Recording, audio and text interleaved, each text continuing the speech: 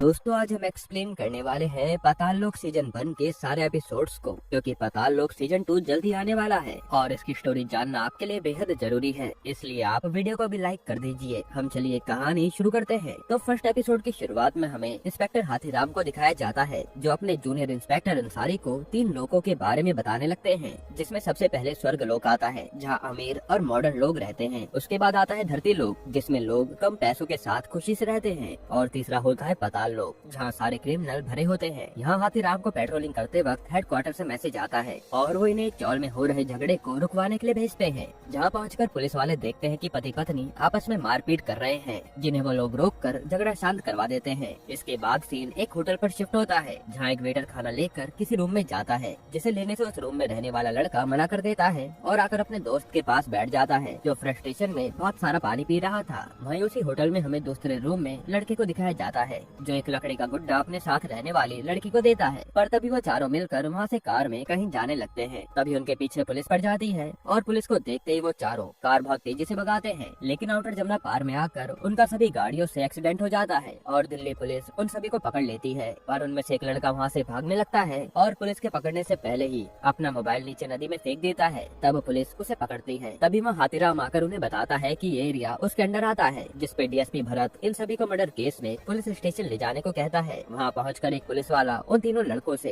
उनका नाम पूछने लगता है, जो नाम बताने से मना करते हैं। तब वो ऑफिसर उन्हें बहुत मारने लगता है, जिनके चिल्लाने की आवाज सुनकर वहाँ अंसारी आ जाता है और वो उस ऑफिसर को डांटने लगता है कि बाहर बहुत सारी मीडिया आ रखी है और तुम इन्हें यहाँ मार रहे हो। जिस पर वो ऑफिसर अंसारी को बताता है कि ये लोग अपना नाम ही नहीं बता रहे। तब अंसारी एक लड़के को खड़ा करके उसकी पूरी चेकिंग करने लगता है और उसे उसकी जेब से वॉलेट मिलता है, जिसमें उस लड़के का नाम लिखा होता है तोप सिंह। तब अंसारी उस ऑफिसर को तोप सिंह का वॉलेट देकर चला जाता है। वहीं दूसरी तरफ एक लेडी ऑफिसर उस लड़की के पूरे कपड़े उतरवा कर चेकिंग करने लगती है, जिसे वो लड़की कह रही होती है कि मैंने तो उन तीनों से सिर्फ लिफ्ट मांगी थी। लेकिन वो ऑफिसर उसकी बात ना मानकर अपने ही कॉल में बिजी रहती है और उसे कपड़े उतारने को कहती है। इधर डीएसपी भरत वहाँ के सीनियर ऑफिसर एसएचओ राम अवतार से मिलकर इन पर मर्डर केस की एफआईआर दर्ज करने के लिए कहता है। साथ ही वो ये केस सॉल्व करने के लिए सामने खड़े हाथीराम को देने के लिए कहता है, जिस पर राम अवतार डीएसपी को बताता है कि हाथीराम ने आज तक कभी भी गली मोहल्लों से ज्यादा बड़े केस सॉल्व नहीं किए हैं और वो इतना बड़ा केस हैंडल नहीं कर पाएगा। लेकिन डीएसपी उसकी बात ना मानकर हाथीराम को ये केस दे देता है। फिर हाथीराम दिल्ली के ऑफिसर से कुछ सवाल करने लगता है कि अगर आपको पहले से पता चल गया था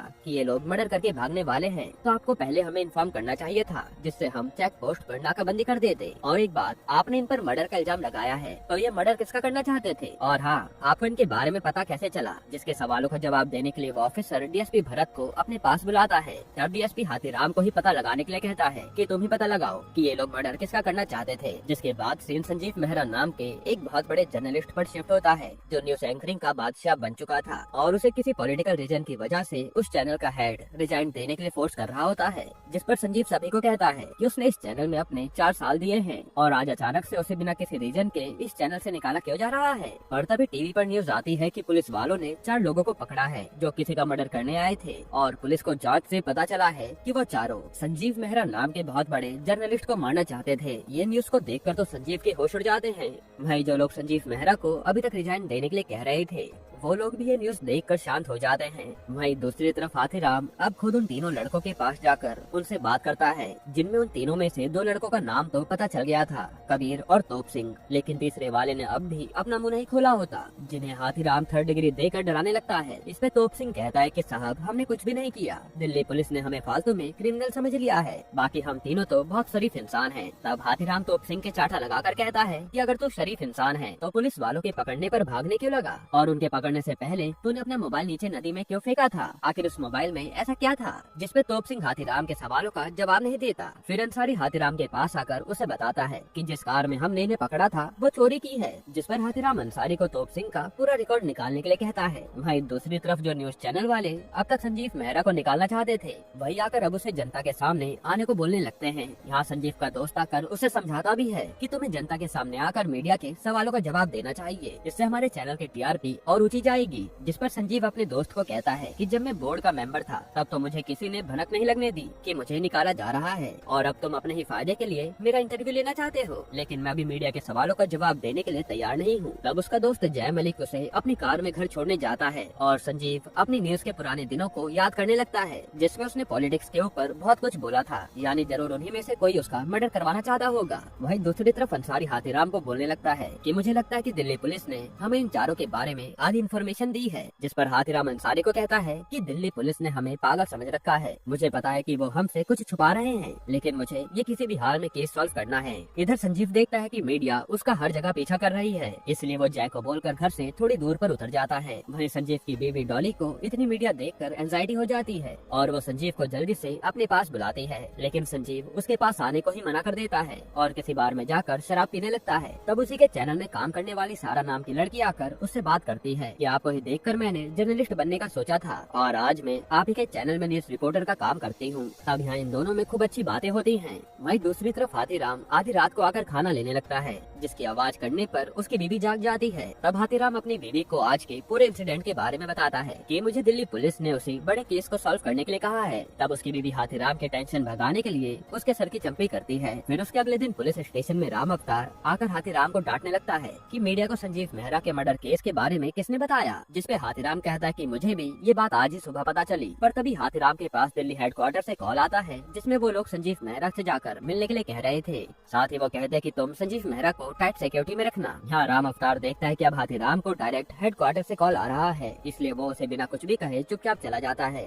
जिसके बाद हाथीराम संजीव मेहरा से मिलने उसके घर पहुंच जाता है, जहां वो देखता है कि संजीव रात से घर नहीं आया, इसलिए हाथीराम वहीं बैठकर उसका वेट करने लगता है। फिर थोड़ी देर बाद संजीव अपने घर आता है, फिर वो हाथीराम के सामने बैठकर उससे बात करने लगता है। यहाँ हाथीराम उससे कुछ सवाल पूछता है कि आपका दुश्मन कौन हो सकता है जो आपका मर्डर करवाना चाहता हो। संजीव कहता है कि मेरा काम ही है जिसमें मुझे सच बोलना पड़ता है। अब मैंने किसके बारे में सच बोला होगा और वो आदमी मेरा मर्डर क्यों करवाना चाहता होगा, इसके बारे में तो मुझे कुछ नहीं पता, आप ही हैं जिसका पता लगा सकते हैं। तब हाथीराम संजीव को सिक्योरिटी प्रोवाइड कराता है कि जब तक किलर नहीं पकड़ा जाता तब तक आपके साथ हमेशा मेरे 2 हवलदार रहेंगे और अब से जितना हो सके आपको घर से बाहर निकलना अवॉइड करना चाहिए। जिसके बाद सीन कोर्ट में शिफ्ट होता है, जहाँ हाथीराम उन चारों को लेकर कोर्ट आता है और जज को इन चारों की फाइल दिखाता है। इनमें से अभी तक सिर्फ उन्हें 2 लड़कों और उस लड़की मैरी का नाम पता चला था, लेकिन तीसरे लड़के ने अभी तक अपना नाम नहीं बताया था। यहाँ जज उसे तीसरे लड़के से उसका नाम पूछता है, जिन्हें वो लड़का अपना नाम विशाल त्यागी बताता है। ये देखकर हाथीराम विशाल त्यागी को घूरने लगता है कि उसने हमें तो अपना नाम नहीं बताया था और जज के सामने आते ही अपना नाम तुरंत उगल दिया। फिर वो जज हाथीराम को इन चारों को रिमांड में लेने की परमिशन दे देते हैं। अब रात होने के बाद हाथीराम अपने घर पहुंचता है, जहां वो अपने बेटे के रूम में जाकर उसके स्कूल का रिपोर्ट कार्ड देख लेता है,